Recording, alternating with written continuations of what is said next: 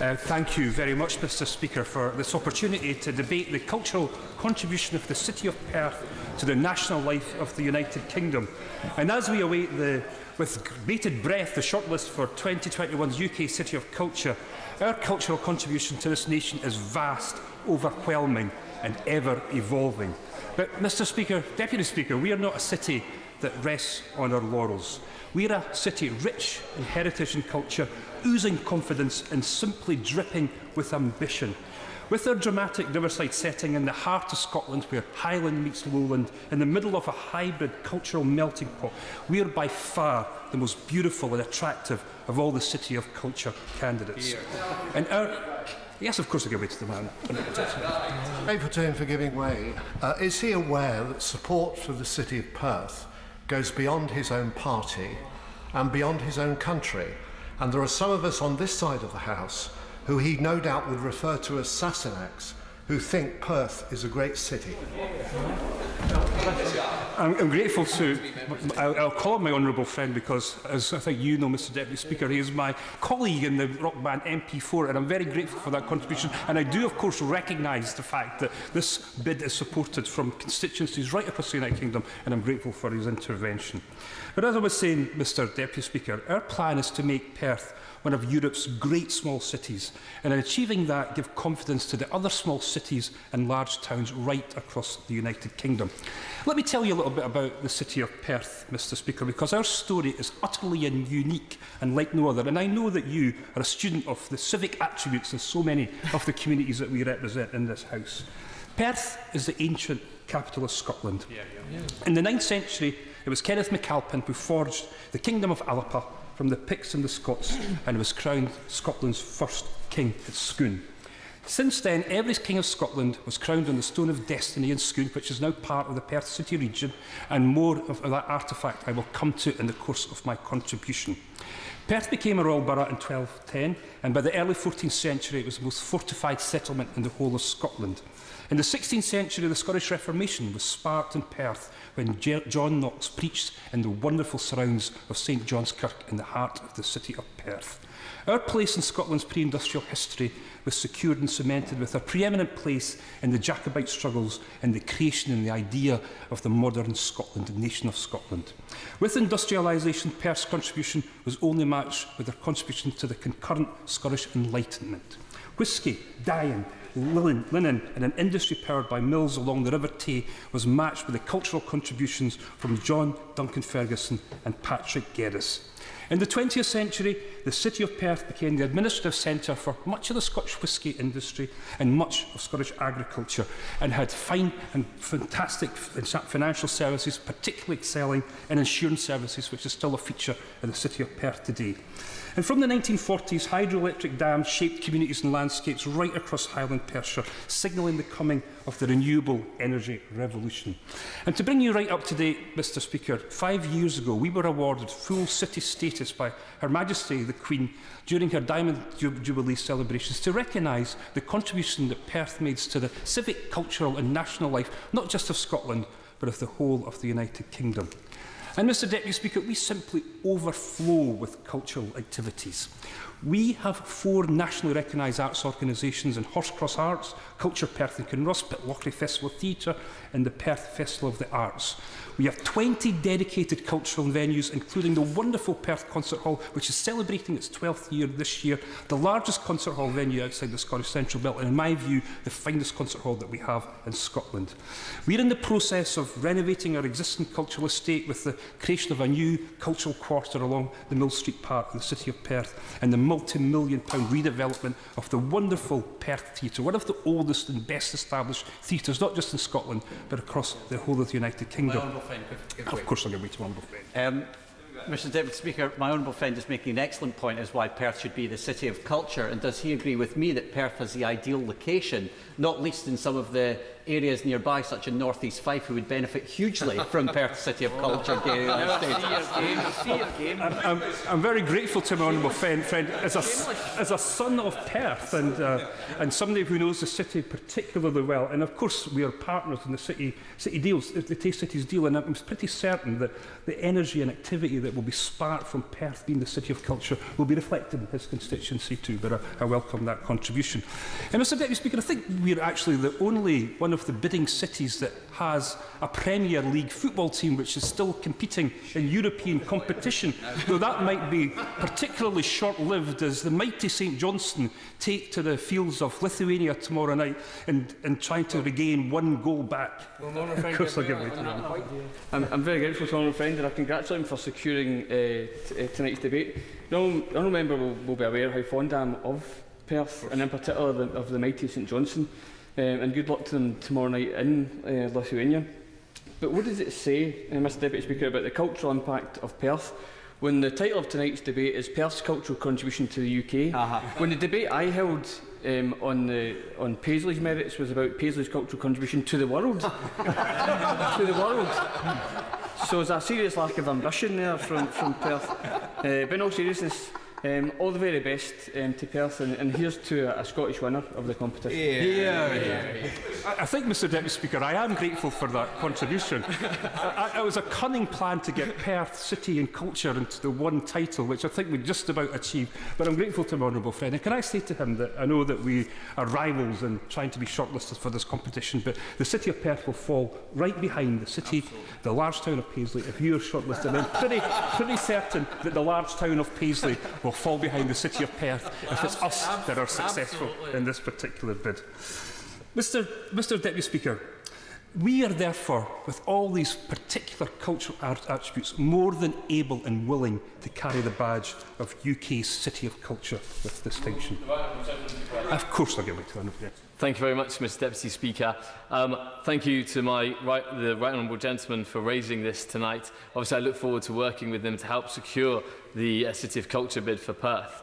Hopefully, the honourable gentleman will agree that actually it's not just Perth that will benefit directly, but actually wider Perthshire, the 12 towns and over 100 settlements that feed in and further enrich Perth and are enriched by Perth.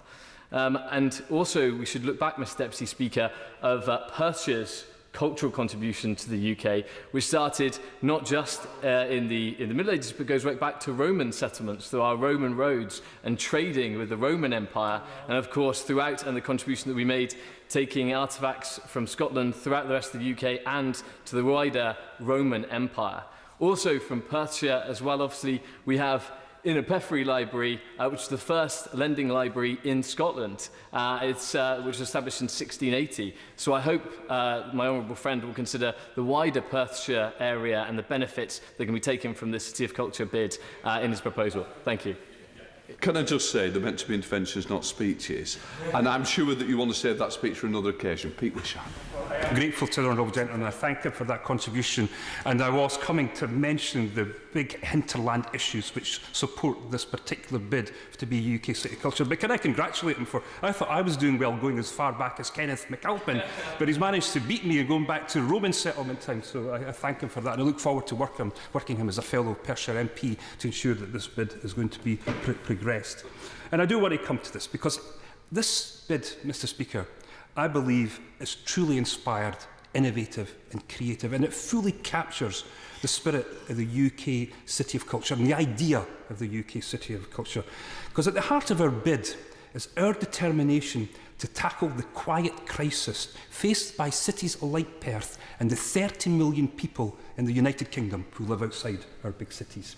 It's a bid that speaks for the small cities and large towns where so many of our fellow citizens live, which recognises our particular issues, challenges and agenda, which looks beyond the veneer of scale and rurality, where rural beauty can sometimes mask rural poverty and social isolation.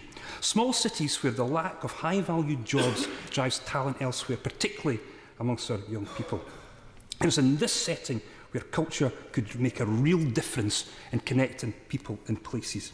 And we believe, and this is a reply to the honourable gentleman, that an outstanding city of culture is as meaningful for the people in its hinterland than it is for the people who live in the city itself. And we want Perth to lead the way in defining these issues and that agenda. And the quiet crisis that I talk about and refer to, Mr Deputy Speaker, is characterised in Perthshire, I believe, by three main challenges. And that is a dependency on tourism hospitality and agriculture, where wages are some 9% below the Scottish average. Now, Perth is often seen as a prosperous city, and I concede we are a prosperous city, Mr Deputy Speaker, but sometimes this veneer of prosperity masks real defining issues such as a low-wage economy and a low-skill economy, which is depressingly still a feature of so much of Perth's community, where 38% of neighbourhoods are classed as financially stretched, where 1 in 5 children live in poverty, and where cultural participation amongst our 20% most deprived communities is limited in its opportunity. It's the quiet crisis of 150,000 people living across a massive 5,000 square miles with the associated social isolation and low cultural participation levels. These challenges, Mr Deputy Speaker, are no less urgent and real than those faced by the big cities, but they are, though, less recognised, and we hope to change that in the course of this bid and how we progress this through this House. So our bid will focus on the contribution of small cities and large towns to the UK economy, alongside the large-scale cultural regeneration programmes that are a feature and transforming feature of our big cities. Different approaches are needed for different types of cities, which unlock the potential of places like Perth and tackle that quiet crisis which they face. So, Mr Speaker, Deputy Speaker, we will use UK City of Culture to make real step changes, using culture as a transformative tool and raise the bar for great small cities with imagination, joy, wonder, emotion and surprise. Since Sir Walter Scott's time, Perth has been known as the Fair City. It's a name that we're very familiar with and one that has become intimately associated with the city of Perth. But we want to move beyond the Fair City. We will celebrate Perth's beauty and place at the heart of Scotland's story, but we will do this by jump-starting our future. We will honour Perth's heart, our extraordinary history, including a mass celebration of our bid for the Stone of Destiny to be rightly returned to Perthshire. We will have that tick-box attraction that will drive new generations of tourists to our wonderful city. We want it to be wild, taking outstanding creative work into the extraordinary landscapes surrounding Perth, our wild places, our hillsides, our lochs and our rivers, and giving a voice to the new tribes of the 21st century. We want it to be beyond, starting in our medieval city vennels, the ancient but clogged arteries which crisscross Perth, flowing through the rivers connecting the city to its hinterlands. And it will be connected, both physically and digitally. We are looking to democratise access to culture in a world where people can create and access it across many different and varied platforms. And as the infrastructure to deliver this improves and becomes more accessible, we want to ensure that visitor experiences are improved and enhanced. Mr Deputy Speaker, technology can enable togetherness. We will use it as such. And all this will be created with the participation of the 150,000 citizens living in the Perth City region.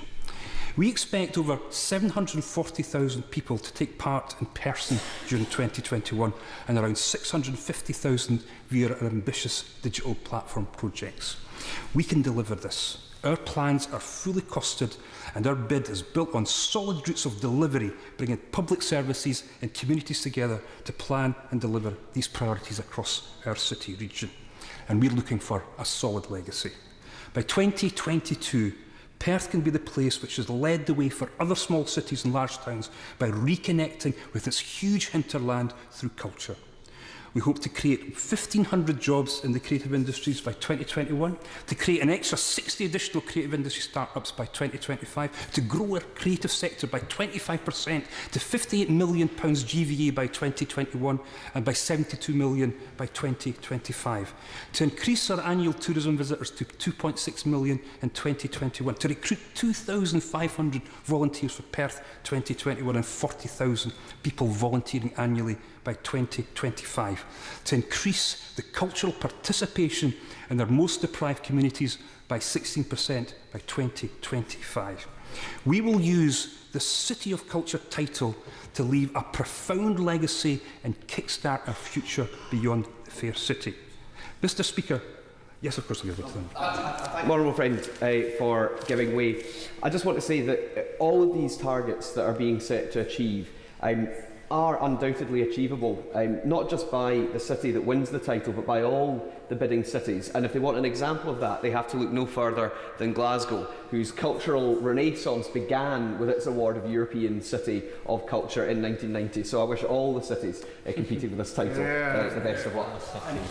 I too, Mr. Speaker, and I actually performed that evening when Glasgow was granted its European City of Culture in Glasgow Square on the eve of 1989 to 1990. I'm pretty sure the honourable gentleman wasn't there at that evening, but he is absolutely right.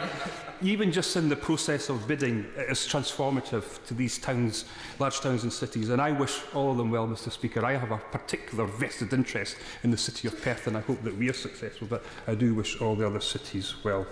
So, Mr. Speaker, I believe in this bid that the time is right for the voice of the small cities to be heard, for us to be recognised in the same regard as the big cities of the United Kingdom, to have our agendas addressed, for new cultural regeneration models to emerge in small cities, alongside what works in the large cities, and to speak for those 30 million people who live in communities like Perth. We are a unique and beautiful small city, and our cultural and heritage assets reflect Perth as the place where ancient Scotland was forged and modern Scotland was shaped. In Perth, we have the capacity, the potential, the passion, the imagination, the means to do this. Mr. Speaker, Mr. Deputy Speaker, Perth is simply the place. Mr. Glenn.